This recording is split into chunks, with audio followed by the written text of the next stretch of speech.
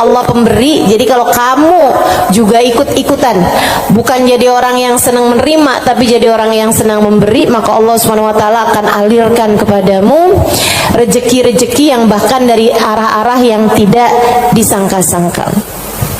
Saudaraku sekalian yang saya muliakan, Bapak Maryam pernah bilang, Halimah jangan takut ngasih. Nak, jangan takut ngasih. Allah itu seringkali ketika kamu ngasihnya banyak, Allah juga ngasihnya banyak. Ketika Allah melihat kamu jalur keluar duitnya itu banyak, Allah juga bakalan ngasih itu buat memenuhi jalur keluarnya uang tersebut gitu. Assalamualaikum warahmatullahi wabarakatuh.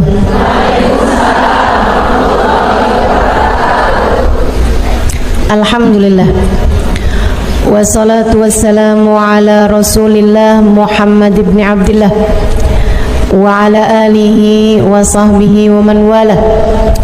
Subhanaka la ilma lana illa ma 'allamtana innaka antal alimul hakim. Rabbi shrah li sadri wa yassir li amri wahlul 'uqdatan min lisani yafqahu qawli, amma ba'du. Baik, sebelum kita mulai, kita akan baca niat belajar bersama-sama. Mudah-mudahan ilmunya nanti sekali lagi jadi ilmu yang manfaat buat kita sekalian. Bismillahirrahmanirrahim. Nawaitu ta'allum wa ta'lim wan naf'a wal intifa' wal mudzakarah wat tadhkir wal ifadah wal istifadah wal hidza 'ala tamassuk bi kitabillah wa sunnati rasulillah sallallahu alaihi wa alihi wasallam wa du'a ilal huda wa dilalata 'alal khair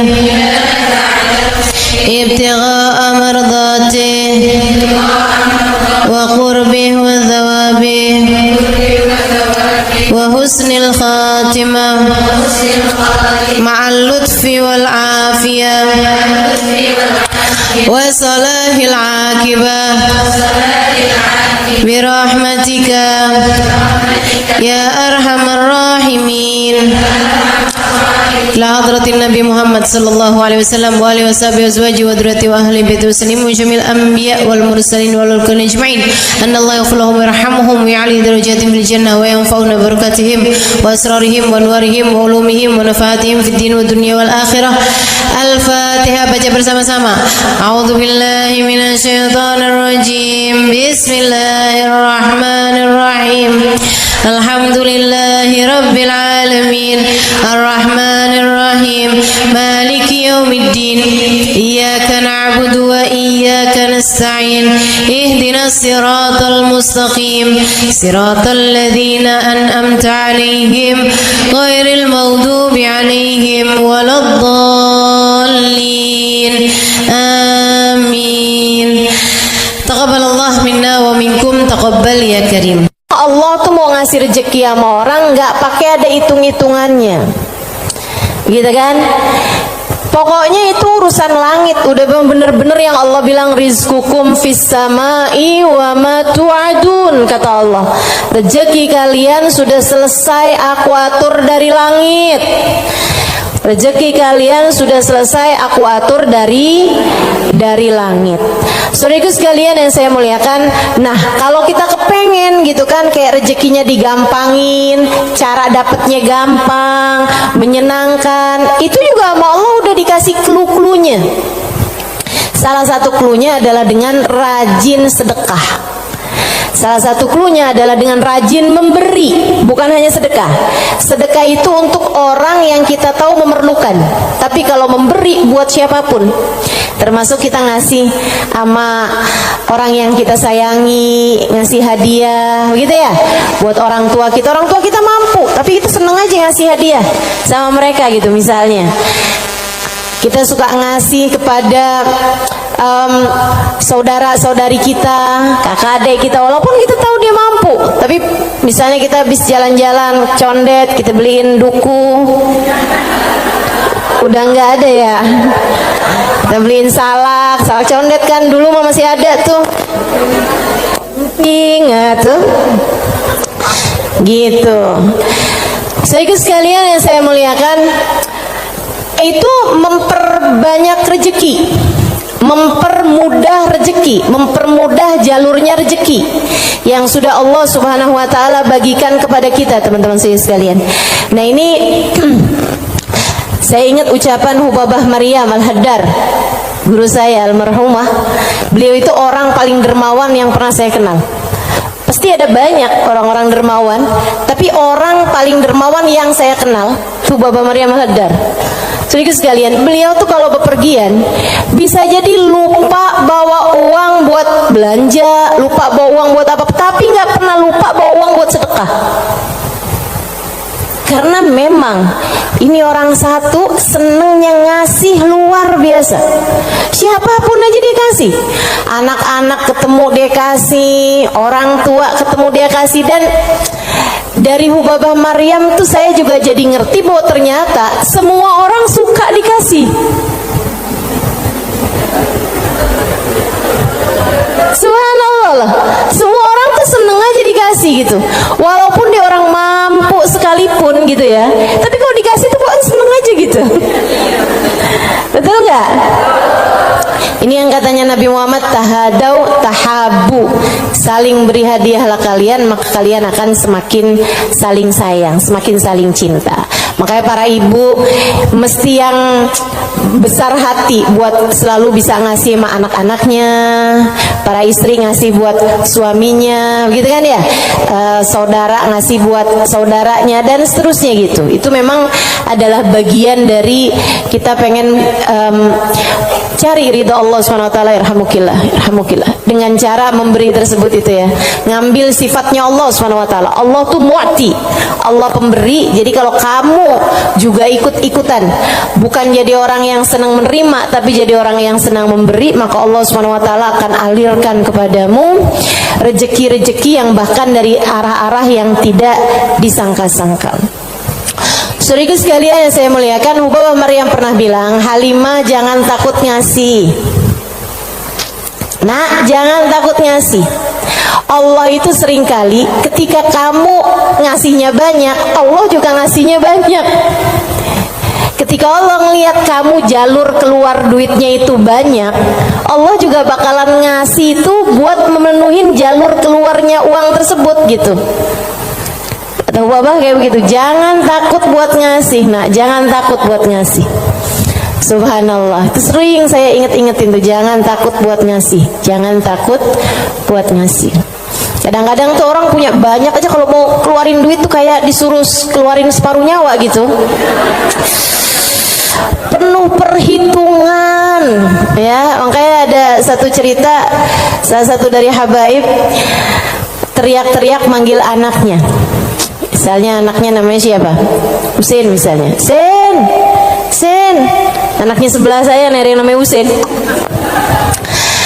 Sen, si Husin ini kan dia dengar panggilan, tapi dia nggak tahu ayahnya ada di mana. Dia bilang, "Bang Abah ada di mana sih, Bah? Ini Husin, Bah. Lebih, Bah." Kata abahnya, kamar mandi, Nak. Iya, Bah. Dikirain suruh ngambil sabun, apa kehabisan odol gitu kan.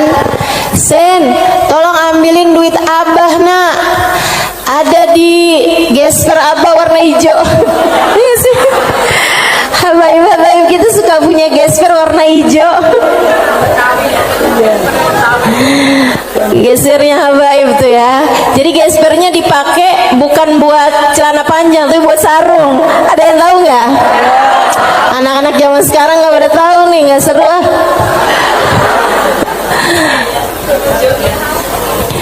Dia bilang, ambilin duit Abah, Nak. Kasihin kepada keluarga fakir miskin di jalan apa gitu, disebutin nama dia. Dikerjain sama anaknya saat itu juga, diambil uangnya kemudian diserahkan kepada keluarga yang dimaksudkan sama abahnya. Habis dia pulang, dia bilang sama abahnya, "Bah, abah kenapa sih bah sampai repot-repot lagi di kamar mandi, bukan nunggu aja ntar keluar?" Abahnya bilang, "Nak, kalau keluar setannya lain lagi." Emang sedekah tuh kalau nggak cepet-cepet dikeluarin lain lagi tuh. Coba aja kamu lihat orang nih, ya ampun kesian banget mau ngasih, nih kayaknya 100 ribu deh misalnya gitu. Kita inget nih dompet kita ada 100 ribuan gitu kan, pas kita buka dompet, tapi banyak juga loh orang kayak gitu, 50 ribu aja apa ya gitu.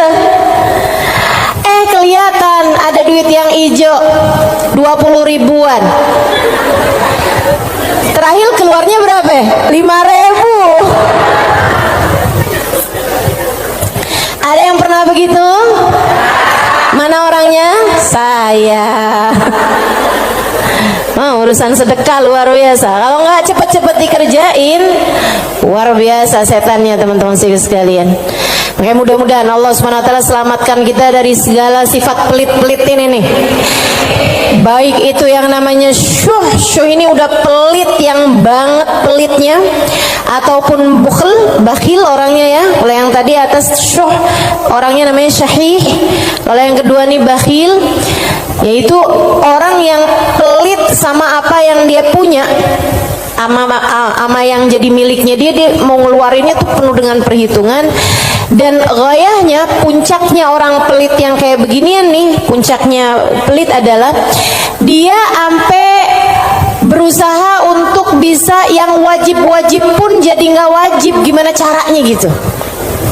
Kayak bayar zakat gitu kan, mikir-mikir mau bayar zakat harta 2,5% dari harta kita di akhir tahun.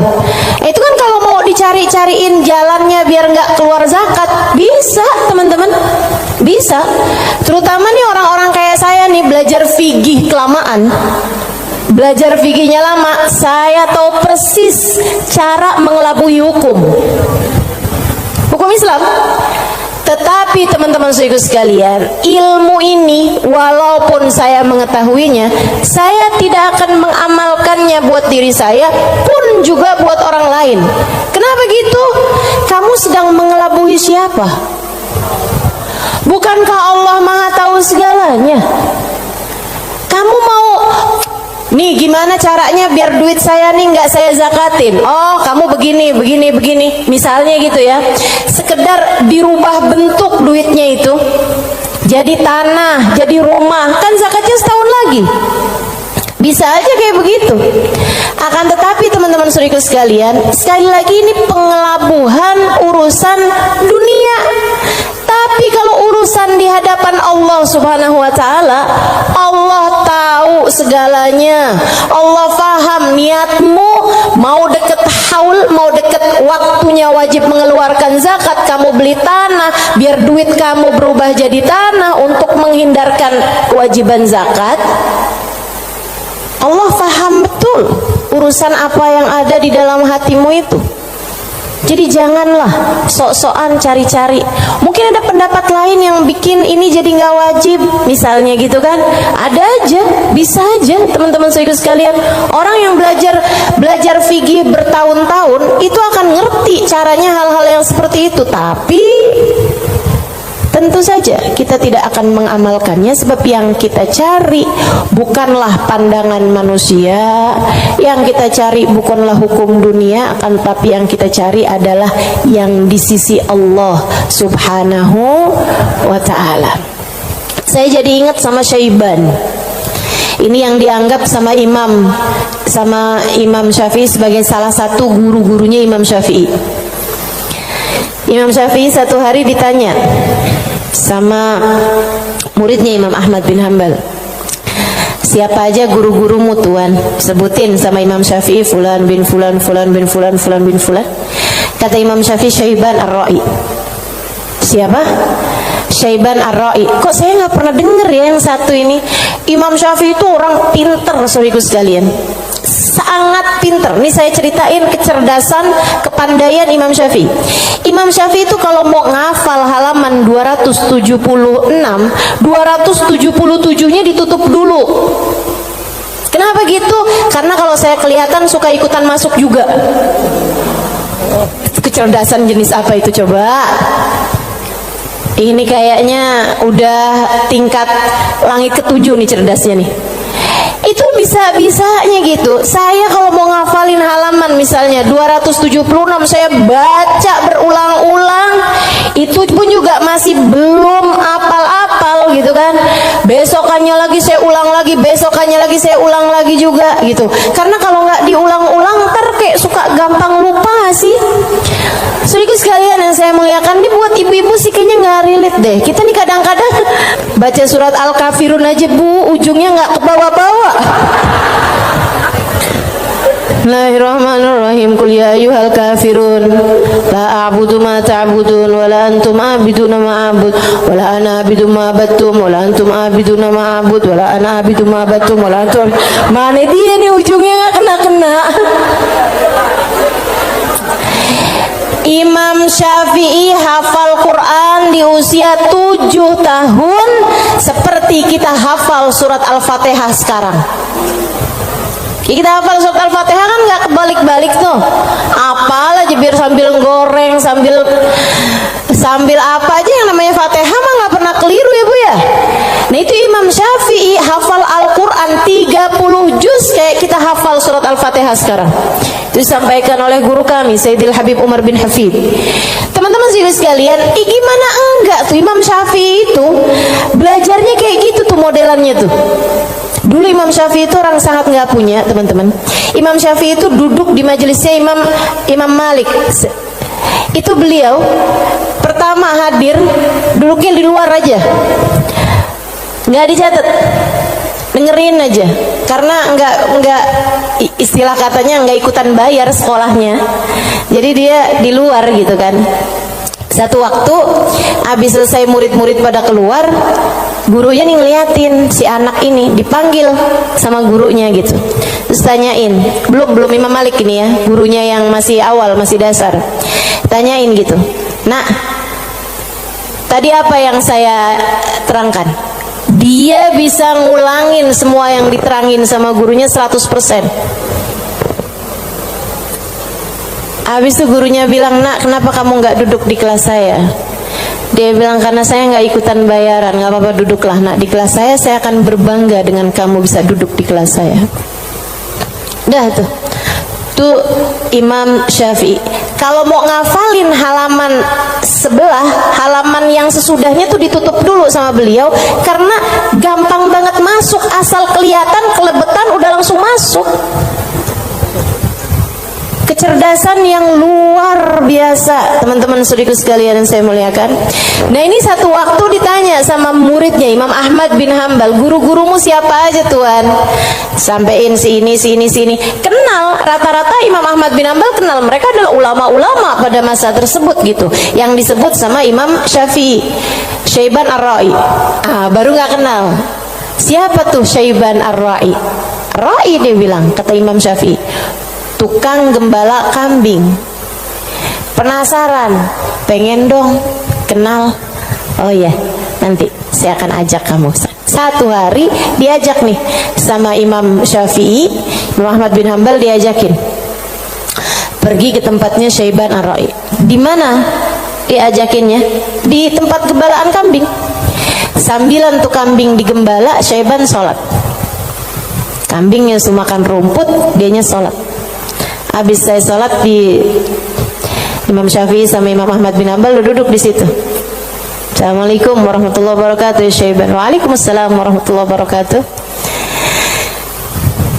Syaiban, saya nih datang kemari nih, katanya Imam Ahmad bin Hambal, karena Imam Syafi'i waktu saya tanya salah satu gurunya, dia menyebutkan dirimu, wahai Syaiban. Emang Syafi'i ini ada-ada aja. Tawadu kan, bukan yang ya gitulah saya. Walaupun saya kelihatannya penggembala kambing ya, tapi jangan remehkan. Saya gurunya Imam Syafi'i, nggak gitu. Dia bilang, Imam Syafi'i ini emang ada-ada aja. Bagaimana mungkin penggembala kambing seperti saya jadi gurunya Imam Syafi'i? Kata Imam Syafi'i, Syaiban, saya datang kemari ini mau bertanya beberapa permasalahan. Oh iya, boleh. Apa pertanyaanmu? Yang pertama, kami mau tanya kepadamu urusan sholat.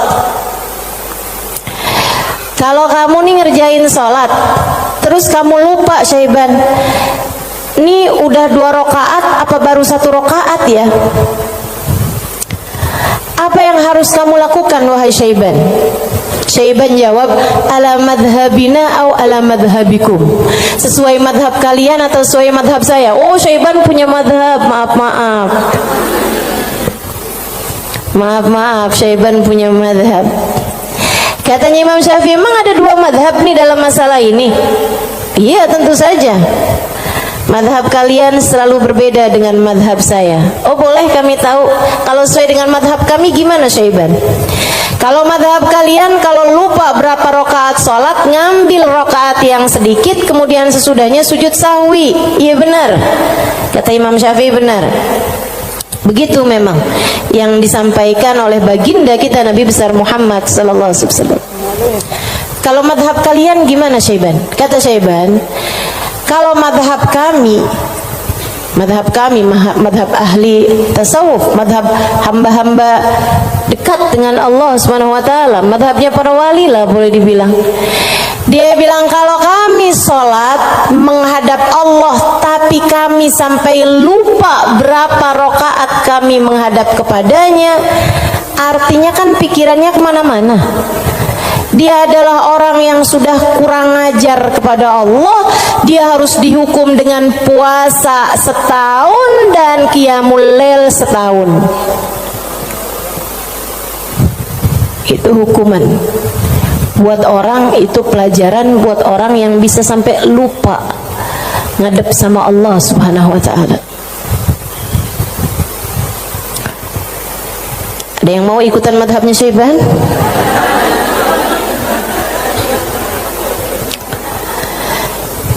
Oke. Imam Ahmad bin Hanbal dia mikir, pantesan nih orang jadi gurunya Imam Syafi'i. Nggak salah. Dia bilang, pertanyaan yang kedua, wahai Syaiban, ini saya mau nanya urusan zakat. Baik. Ini kan kamu kan punya banyak kambing nih, Syaiban nih. Yang kamu gembalakan nih kambing-kambingmu bukan? Iya, kambing saya, kata Syaiban. Ada kayak berapa ekor lah kambingnya. Dia bilang, berapa zakatnya kambingmu ini, wahai Syaiban? Syaiban kembali nanya, ala madhabina am ala madhabikum? Madhab saya apa madhab kalian? Dia bilang, emang ada 2 madhab juga nih dalam urusan zakat ini nih? Iya, selalu ada opini-opini, pemahaman-pemahaman dalam urusan agama. Dan teman-teman, agama Islam ini satu-satunya agama yang memperbolehkan kamu untuk, bahkan menyuruh kamu untuk selalu berpikir. Agama yang paling natural, agama yang sesuai sama pola pikir manusia. Kamu harus berpikir biar selamat dari api neraka. Kamu harus berpikir, gitu kan? Bahkan Allah ketika menceritakan tentang orang-orang ahli neraka, lahum qulubun la yafqahuna biha, kata Allah. Mereka punya hati, punya pikiran, tapi nggak dipakai mikir. Akhirnya jadi ahli neraka. Orang selalu aja tuh, fa'tabiru ya ulil albab, gitu kan? Maka ambillah pelajaran dari sini, wahai yang berpikir. Disuruh berpikir. Kita ini dalam Islam ini disuruh berpikir, nggak boleh kayak yang ya udah ini doktrinnya agama, udah ikut aja, nggak bisa. Islam ini adalah agama yang selalu memerintahkan kamu buat berpikir. Makanya Syaiban kepikiran tuh jawaban-jawaban yang tidak sesuai dengan konteks fikih, tapi tidak salah. Teman-teman, ya orang yang lupa rakaat kemudian dia merasa bahwa dirinya adalah seorang yang kurang ajar sama Allah Subhanahu wa ta'ala karena menghadap Allah, tapi kepikirannya gelambiar kemana-mana. Kalau dia kemudian menghukum dirinya sendiri dengan puasa sepanjang tahun, yaitu tentu adalah sesuatu hal yang luar biasa tingginya gitu. Seseorang yang sudah mencapai tingkat spiritualitas yang sangat-sangat berkelas. Ditanya nih urusan zakat nih. Berapa zakatnya wahai Syaiban? Katanya Syaiban, ala madhabina am ala madhabikum? Sesuai dengan madhab kalian apa sesuai dengan madhab saya? Kalau madhab kami gimana Syaiban? Orang kan buat tahu kan mesti tahu perbandingannya. Oh kalau madhab kalian 40 ekor kambing, 1 ekor kambing, 121, 2 ekor kambing, selanjutnya setiap 100, 1 ekor kambing. Iya benar. Kayak gitu tuh. Zakatnya kambing menurut Islam sesuai dengan apa yang sudah diajarkan baginda kita Nabi besar Muhammad. 40 1 ekor kambing, 121 2 ekor kambing, selanjutnya setiap 100 1 ekor kambing. Jadi kalau kamu punya 900 ekor kambing berarti 9 ekor gitu. Kalau menurut madhab kalian gimana wahai Syaiban? Syaiban kemudian menjawab, kalau madhab kami, saya ini budak, budaknya Allah. Innama ana abd, saya ini adalah budak, budaknya Allah. Dan seorang budak tidak memiliki harta, sebab semua harta budak adalah harta majikannya. Dan itu benar, harta budak adalah harta majikannya. Jadi kambing-kambing saya ini ya udah terserah Allah aja. Kalau diperlukan saya kasih, kalau nggak diperlukan nggak saya kasih. Kalau kemudian misalnya nih punya kambing 20 gitu kan, tapi nih lagi ada orang mau ngawinin nih perlu 3 ekor kambing, ya udah keluarin 3 ekor kambing. Saya nggak pernah merasa memiliki kambing-kambing saya. Berapapun yang diperlukan akan saya keluarkan, sebab bukan milik saya, semua hanyalah milik Tuan saya. Saya hanyalah budak, yang saya miliki adalah miliknya Tuan saya. Tuh, hamba berkelas. Makanya mereka tuh ngeluarin duit sebanyak apapun nggak pernah merasa berat. Kenapa? Ngerasanya cuma dititipin doang, nggak pernah ngerasa itu adalah milik dia gitu. Ngerasanya cuma dititipin doang. Makanya sedekahnya gede-gede teman-teman, berjuang dengan hartanya tuh besar-besar. Dan saya ketemu orang-orang semacam itu, punya duit berapa dikeluarin segitu-gitunya tuh. Itu ketemu orang-orang yang seperti itu gitu. Masya Allah, Masya Allah. Mudah-mudahan Allah angkat kepelitan dalam diri kita, insya Allah. Semoga Allah angkat sifat bukhl dalam diri kita, sifat syuh dalam diri kita ini. Amin ya rabbal alamin. Wa amma man bakhila bil infaq fi wujuhil khairat. Adapun orang-orang yang pelit dalam menafkahkan hartanya pada jalan-jalan kebaikan, wa taraikir kurubat, dan arah-arah gurubat, arah-arah ibadah. Maksudnya kalau disuruh keluarin hartanya buat yang lain misalnya gitu ya, dia ngawinin anaknya, wuduh jor-joran tuh. Tapi kalau giliran suruh nyumbang, itulah ya, dia punya hartanya banyak nih. Kalau misalnya duitnya itu mau dipakai buat bikinin pesta, bahkan sekedar pesta ulang tahun yang tiap tahun tuh keulang, gitu ya, itu dia akan kerjain gitu kan. Ulang tahun ulang tahun perkawinan ulang tahun anaknya, ulang tahun cucunya, dia keluarin hartanya gampang banget gitu. Tapi giliran bikin maulid dong, ini kan lagi bulan maulid, udah banyak kok yang bikin maulid. Ya kalau gitu nyumbang deh buat orang yang bikin maulid, udah banyak yang nyumbang buat bikin maulid gitu. Jadi kalau urusannya yang kebaikan-kebaikan gitu kan, tuh ada pondok pesantren tuh lagi susah, oh ya udah deh ntar aneh sampein deh sama orang itu tuh, orang itu kaya tuh, banyak tuh duitnya tuh. Dia lupa kalau duitnya juga banyak. Ada orang-orang yang kalau jalan-jalan yang lain dia royal, dia biasa aja gitu, ngeluarinnya nggak berat. Tapi di saat dia suruh ngeluarin untuk jalan-jalan kebaikan, dia ngerasa berat.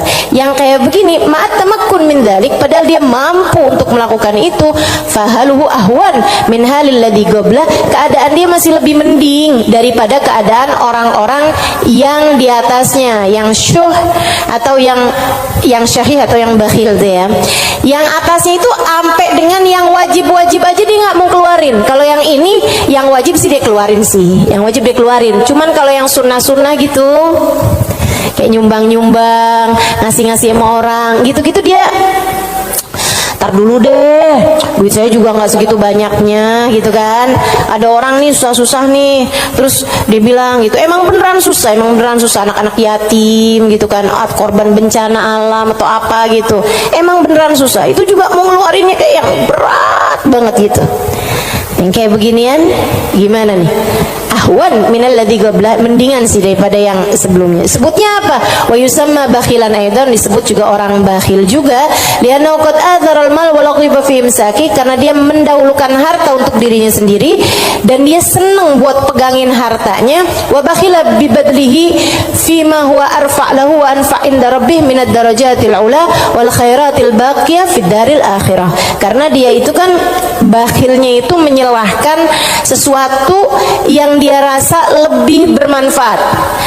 Kalau dia disuruh nyumbang nih, kayak dia akan mikir yang daripada saya nyumbang, mendingan juga buat sekolah anak aja nih dulu, mendingan buat ngirimin anak dulu aja, mendingan buat ini aja, mendingan buat itu aja. Kayak yang dicari-cari gitu keperluan dia itu, mendingan ganti horden aja, mendingan ganti karpet aja, mendingan ada pintu model baru, mendingan saya ganti pintu aja, mendingan saya, pokoknya gitu aja gitu, daripada dia mencari-cari, maksudnya daripada dia mengeluarkan hartanya untuk urusan-urusan yang sifatnya akhirat, dia akan lebih memilih untuk yang buka cabang aja, buka usahanya lebih luas aja, mendingan ini aja, mendingan itu aja, kayak gitu-gitu.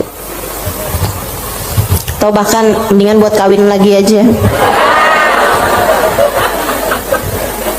Itu ngebantu orang juga. Dia akan nyari perempuan yang miskin juga. Gimana tuh? Wa madamal insan yarja imsakul mal ala badli fi mahabillah wa maradi fa huwa ghairu khalin an syai'in minal bukhl. Dan sesiapa orang, selagi seseorang itu masih lebih mendahulukan, masih lebih mementingkan megang hartanya daripada menyerahkannya di jalan yang diridhoi Allah dan yang dicintai Allah, maka artinya orang tersebut belum kosong dari sifat pelit. Artinya dia masih punya sifat pelit dalam dirinya.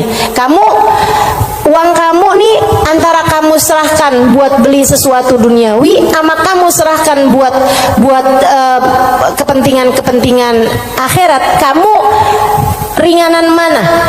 Ya kita masih lebih ringan untuk urusan-urusan dunia kita kan? Betul nggak? Atau untuk antara kamu keluarkan di jalan Allah dengan kamu tabung, kamu masih beratan mana? Ya beratan ngasih lah.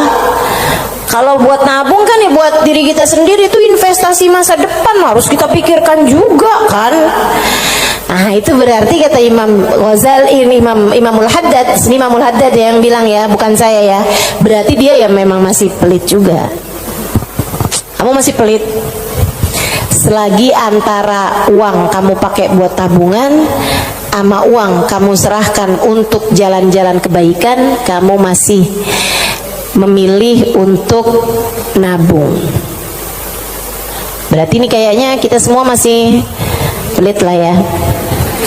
Udah kita sepakatin aja dah, masih pelit semuanya. Ya Allah, ya Allah. Makanya masih harus terus-terusan berdoa, Allahumma inni a'udzubika minal ajzi wal kasal wa'ud. Allahumma inni a'udzubika minal hammi wal hazan wa a'udzubika minal ajzi wal kasal wa a'udzubika minal jubni wal bukhl wa a'udzubika min ghalabatid dain wa qahrir rijal. Itu masih harus terus-terusan kita baca teman-teman, tiap hari, tiap pagi kita baca doa itu. Ya Allah, beri kami hidayah untuk bisa ringan tangan dalam memberi, enggak terus-terusan pelit sama apa yang kami miliki ya Allah. wala yakunul insan jawadan sakhiyan hatta yakuna badrul mal fi mahabbillah arja inda wa ahab ilaih min imsaki. Dan seseorang itu belum bisa disebut dermawan, belum bisa disebut sakhi, belum bisa disebut orang karim, orang dermawan sampai dia merasa bahwa menyerahkan uang di jalan Allah lebih dia sukai daripada menabung, daripada pegang duit itu, daripada dia nggak ngasihnya di jalan Allah gitu. Kalau kamu ngerasa masih ngasih itu lebih berat daripada kamu pegang, nah itu berarti kamu masih pelit. Tapi kalau kamu ngerasa yang ngasih lebih kamu sukai daripada kamu pegang, gitu ya, itu berarti kamu adalah seseorang yang dermawan. Udah jadi tambah jauh aja nih kita nih. Fa'lam dzalik wa'mal alaih. Ketahuilah hal ini dan amalkanlah. Wallahu yatawalla hudak. Semoga Allah Subhanahu wa taala memberikan petunjuk kepadamu. Amin ya rabbal alamin. Wa minal muhlikat, dan salah satu dari sifat-sifat yang dapat menghancurkan seseorang, salah satu dari sifat-sifat penghancur amal ibadah seseorang, salah satu dari sifat-sifat yang dapat meluluh lantakkan dirimu, menurunkan nilaimu di mata Allah Subhanahu wa taala adalah al-ghurur, sifat ghurur, tertipu. Apa tuh tertipu? Wa makna, arti tertipu adalah an yulabbisul insan ala nafsih. Dia bikin samar kepada dirinya sendiri, wa yuriyahal umur ala khilafi ma hiya alaih. Dia memperlihatkan kepada nafasnya, kepada dirinya, ala khilafi ma hiya alaih, tidak sesuai dengan fakta yang ada. Wadhalik lidu'fi basiratihi 'ala din, dan yang seperti ini adalah karena lemahnya pemahamannya, basirahnya. Basirah itu pandangan hati, lemahnya pandangan hati dia fiddin, dalam urusan agama, wa qillati ma'rifatihi bihaqaiqi, dan sedikitnya pengetahuan dia dengan hakikat-hakikatnya agama, walijahlihi li afatil a'mal wa mawaqa'idi syaitan, dan karena yarhamukillah banyak bener sih, ada gak? Walijahlihi, dan karena ketidakfahaman dia biafatil a'mal, dengan penyakit-penyakitnya amal, wa makaidi syaitan, dan tipu dayanya syaitan, wali ghalabati hawa nafs alaih, dan karena menangnya hawa nafsu menghadapi dia, wa rukunihi ila amaniha wa khuda'iha, dan karena tenangnya dia dengan angan-angannya dirinya sendiri serta tipu dayanya dirinya sendiri. Waqad qala Allah taala, dan Allah Subhanahu wa taala telah menyampaikan muhadziran li ibadihi minal ghurur, memberi peringatan kepada hamba-hambanya tentang bahayanya ketertipuan ini.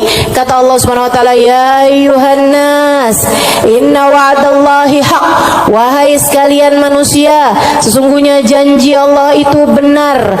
Fala taghurranakumul hayatud dunya, janganlah kehidupan dunia menipu kalian, wala taghurrannakum wala yaghurrannakum billahil ghurur, dan janganlah ghurur, tipu daya, menipu kalian dari Allah Subhanahu wa taala.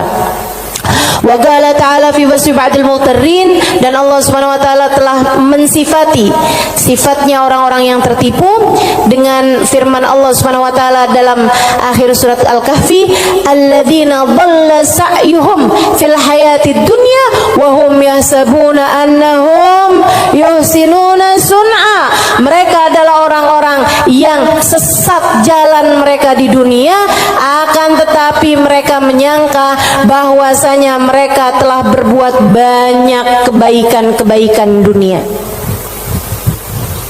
Banyak banget nih. Nanti Imam Ghazali, Imam Al-Haddad akan menerangkan tentang mereka-mereka ini. Wa qala ta'ala, dan Allah Subhanahu wa taala juga menyampaikan, walakinnakum fatantum anfusakum wa tarabbastum wartabtum wa gharratkumul amani hatta jaa amrullah wa gharrakum billahil ghurur. Ini ayat sebelumnya sangat indah sekali nih teman-teman. Sebentar saya akan bukakan. Kata Allah Subhanahu wa taala, "Walakinnakum fatantum anfusakum." Akan tetapi kalian telah menipu diri-diri kalian sendiri. Wa tarabbastum, dan kalian menunda-nunda. Wartabtum, dan kalian merasa ragu. Wa gharratkumul amani, dan kalian tertipu dengan angan-angan kalian sendiri. Hatta ja'a amrullah, sampai datang ajal menjemput kalian. Wa gharrakum billahil gharur, dan kalian telah tertipu, dan tipu daya telah menipu kalian dari Allah Subhanahu wa taala. Al-Hadid ayat 14. Al-Hadid ayat 14.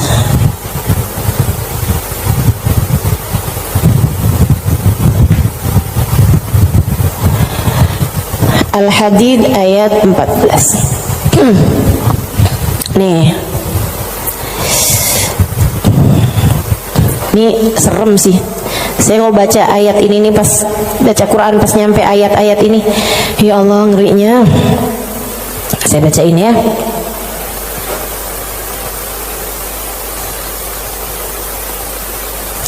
Dari mana ya enaknya nih ya? Dari ayat 11 deh. Al-Hadid dari ayat 11. A'udzu billahi minasyaitonir rajim. Man dzalladzi yuqridullaha qardan hasana fayudha'ifahu lahu wa lahu ajrun karim.